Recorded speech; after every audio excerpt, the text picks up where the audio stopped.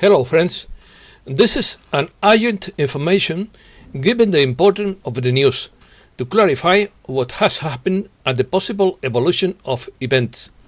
I have gathered all the information I can on the subject to make a synthesis, because this dispute has many points of view. Opinion article. It was foreseen. It wasn't a surprise. The Electoral College announces Biden's victory. The decision of the Electoral College was expected.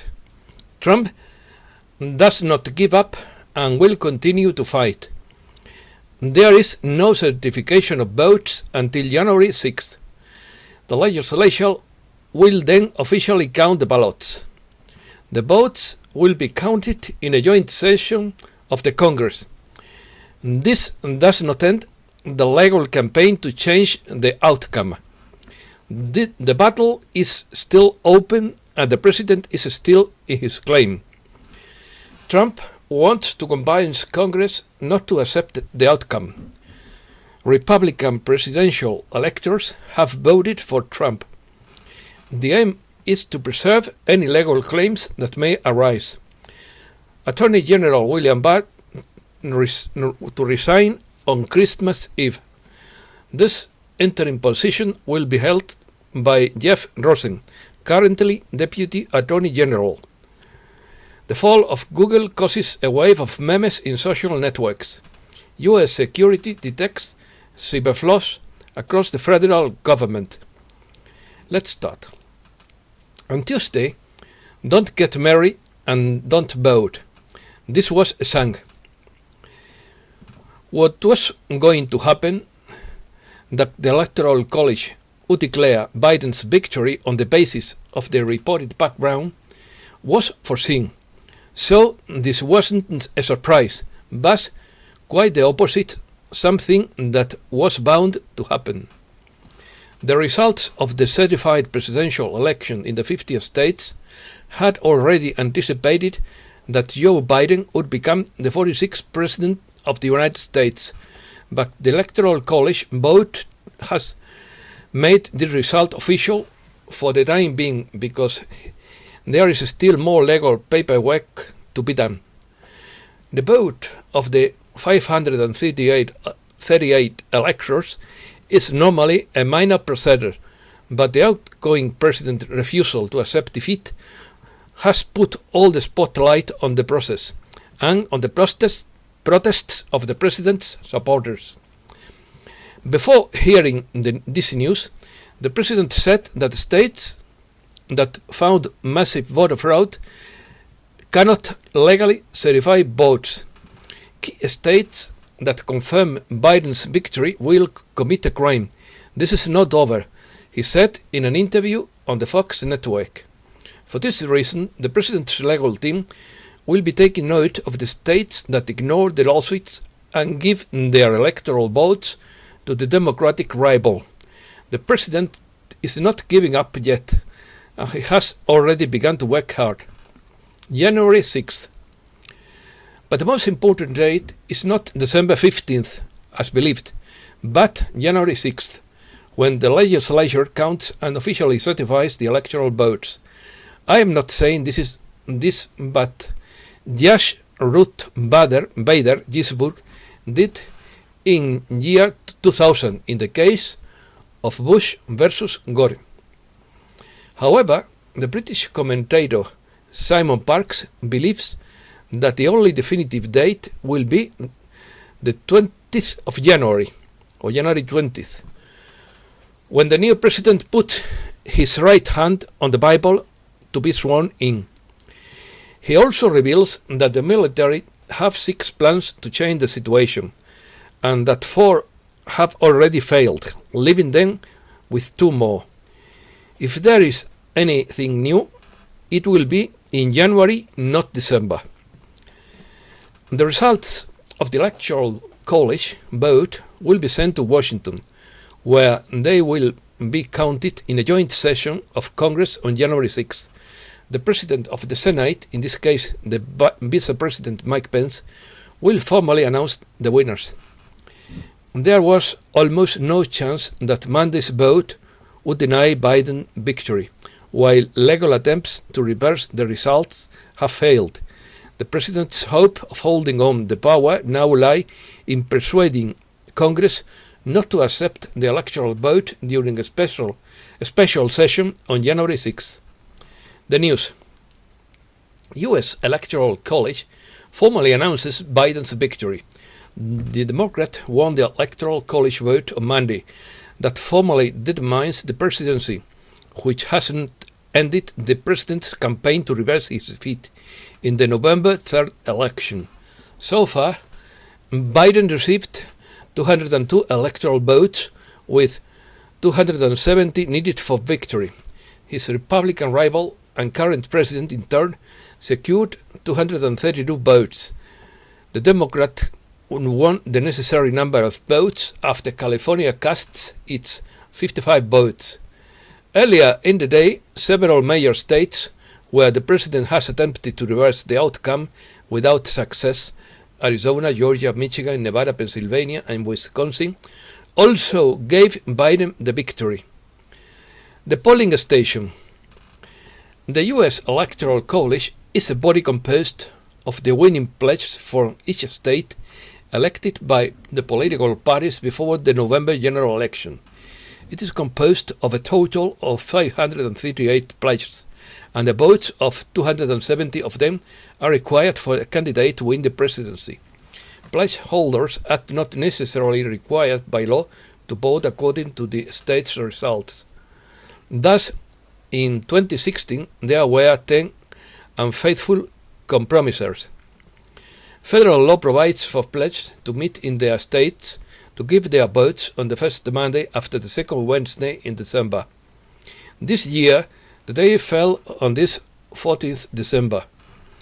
An open door. An open door rest.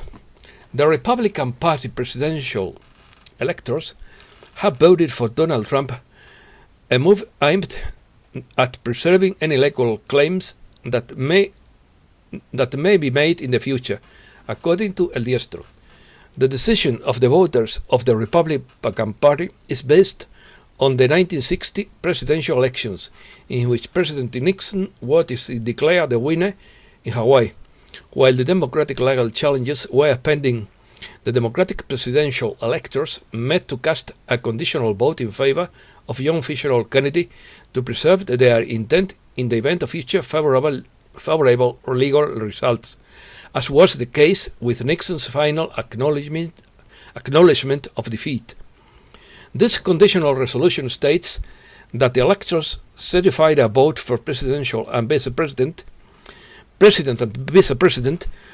with the understanding that if, as a result of filing non-appellable court-ordered or other procedure prescribed by law, they are finally recognized as the duly elected and qualified electors for President and Vice President of the United States of America.